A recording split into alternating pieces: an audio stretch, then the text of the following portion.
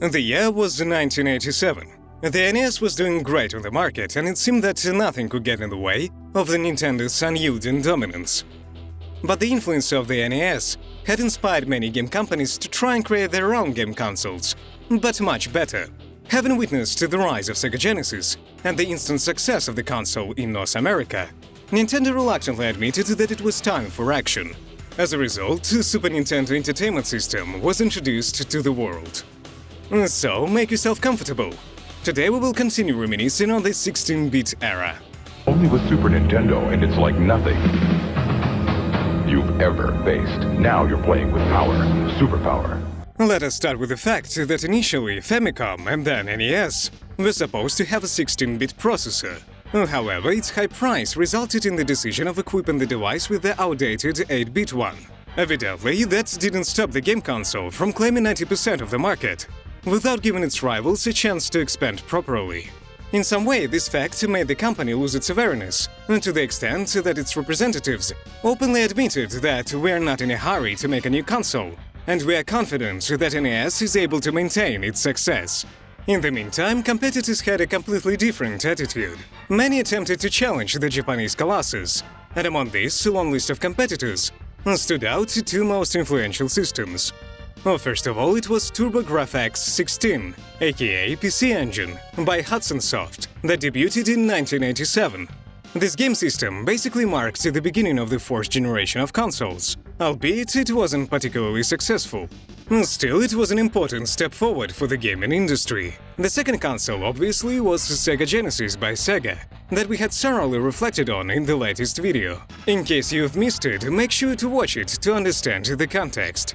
Not only did Sega demonstrate outstanding graphics, color scheme and innovativeness compared to the now becoming outdated NES, but it also vigorously compromised Nintendo's image in favor of its own creation. An actual console war broke out, and I believe this topic deserves a separate video. All that made Nintendo admit that it was time to enter the fourth generation. The development of SNES went relatively well. Nintendo kept the same designers who had worked on NES. Masayuki Uemura led the development of SNES for the Japanese market, and Lance Barr was an appointed designer for North American market. Uemura got started working on SNES in August of 1988. The same month, the company claimed that they practically were entering the battle against Genesis and TurboGrafx to regain the throne. Thanks to the painstaking work, SNES had more attractive visuals than Sega Mega Drive, both in the category of color scheme and various possibilities of background and object movements within games. The system was able to impressively play back video effects and supported previously unheard-of features, as toning, transparency, zooming, stretching, compression, and rotation of the sprites. No other system was able to replicate that. The number of colors at the time was tremendous. Not every computer graphics card was able to convey such a broad palette.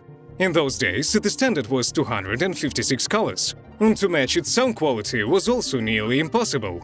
In 1990, Super Famicom was able to synthesize the music and voices without any issues. However, there obviously existed some memory restrictions. A slot for cartridges made it possible for the console to boot actual, if primitive, 3D games on a condition that the cartridge had a proper co-processor. And so, let us move on to the games. Now I'm itching to mention Contra once more. One of the games of the series appeared on SNES before it did on Sega, and it was titled Contra 3: The Alien Wars. Do you remember all that aggressive energy and brutality of the war against aliens that we mentioned in the previous episode? Well, now a thoroughly drawn, you can even say detailed battlefield, full of beautiful effects unfolded in front of us. Of course, you can say that the game had lost all its gloominess, as we still were surrounded by enemies and had to shoot them using an imposing stockpile of guns. I'm sure it's unnecessary to discuss the story once more, as it didn't change one bit from the previous version. There were fewer gameplay features than the rival console had to offer. For example, there were 2 same playable characters to choose from instead of 4 different ones. And you also could carry only 2 weapon types instead of 4. But it's not all that surprising if you remember the fact that there were actually 2 years between the release of the third part and Contra Hard Corps, during which the developers weren't just idling around. However, we overlooked the chronological details, and we were lucky to get acquainted with the Sega side of the story much earlier. Some of my friends used to furiously argue that Contra 3 was actually a follow-up of the game on Sega. Then again, their opinion was influenced by the strengths of SNES, that allowed to present the game as a more technically advanced one. First of all, it was the music that the console was able to produce. Instead of the buzzing techno-rock, the player was met with epic symphonic compositions. As epic as it was possible on a 16-bit console anyway. And secondly, it was the unique Super Nintendo feature, to which we are going to come back later, so-called Mode 7, a graphics mode that allowed scaling and rotation of the image. In this case, there was a whole level based on this feature, the one with sand whirlpools. A boss awaited at the final level, that on a high difficulty was surrounded by such whirling sand. Oh, how dizzy it made me feel!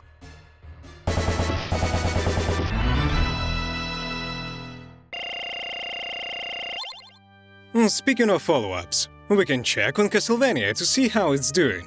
At the time, a new game, Super Castlevania 4, had been added to the series. However, it was no ordinary game. It's worth mentioning that there used to be quite a large number of games with the word Super in their title. So how about you share the names of such games you remember in the comments below? And coming back to the game. Once again, the vampire hunter Simon Belmont moves out to the Count Dracula's castle. Oh yes, don't be surprised. In a way, it's a remake of the game that we had finished back on the NES. In comparison with the original, in this version the playable character was more agile. Now the player was allowed to attack with the whip in any direction.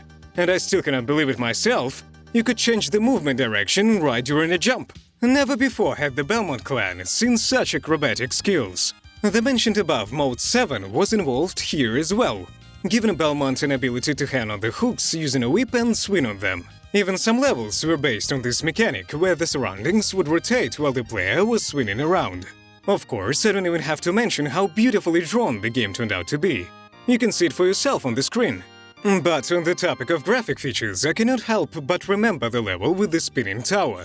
It was evident that even Super Nintendo struggled to withstand such beauty, as the game always stuttered a bit as the enemies were appearing on the screen.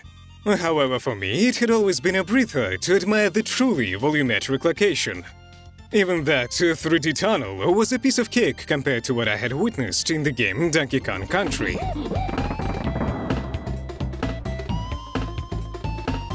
Donkey Kong looked truly three-dimensional, and at the time wasn't as repulsive as some early 3D games, like the ones for Sony PlayStation, for example. In addition to the pretty visuals, the game delighted us with the classic gameplay. As it had always been, the playable character would run around the level, collect various stuff, mostly bananas, and avoid enemies if possible. Among curious features was the ability to switch between two characters during the gameplay. Our team consisted of Donkey Kong, the bigger and stronger one, thus he could deal with the larger enemies, and Diddy Kong, who was able to jump further and run faster. Also, when I had finally managed to get thoroughly acquainted with the game, I was able to remember an incredible number of secrets, scattered throughout each level. There were moments when I felt as though I wasn't just playing a new adventure game with a cartoon character, but something akin to The Legend of Zelda, where you had to comb through every level to discover all the hidden spots. Actually, I still haven't mentioned Zelda, have I? And now is the best time to do so.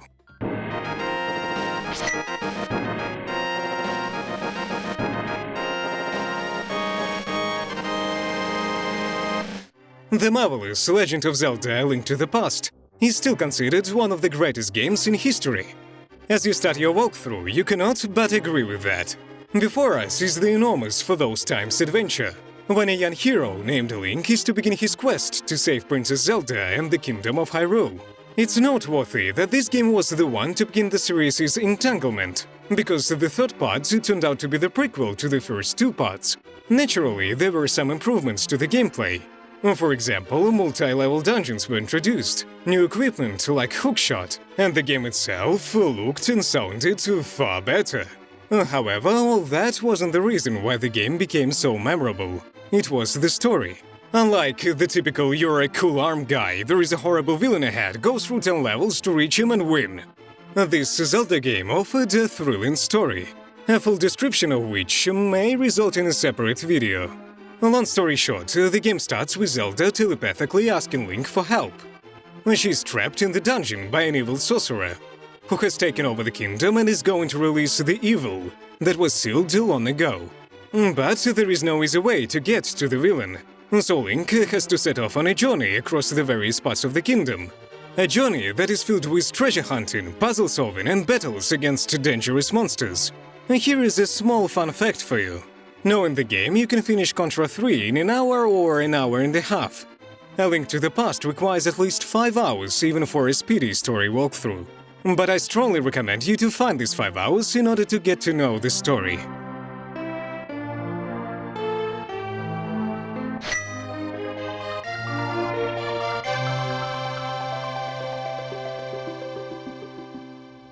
Another game series that was able to contribute to the greatness of the awesome original was Metroid. And as it was with Zelda, I wouldn't dare say it was undeserved. The plot in this game is less convoluted, albeit not less interesting. A bounty hunter named Samus has saved a Metroid maggot kidnapped from a space colony. Metroid is an alien race that feeds on the life force of other organisms. To the drama of the story contributes the fact that the maggot has gotten really attached to our character and believes that she is its mother, which sets the tone for our adventure. The main feature of the game lays in progression. There was a large location, parts of which were blocked out, so the player had to find various upgrades for the character to get to new areas. Among those upgrades were both the new weapons to fight the hostile fauna, and skills for the character like an ability to curl up into a ball. This variation of progression got the name Metroidvania. And then it resulted in a whole new game genre, which I'm sure many are aware of. This method is also known as, I've already been in every location and tried every ability. Where the hell do I have to go? All of you have probably experienced that at some point playing some game. And tell us about this game in the comments. Let's all remember together how our walkthrough attempts have concluded.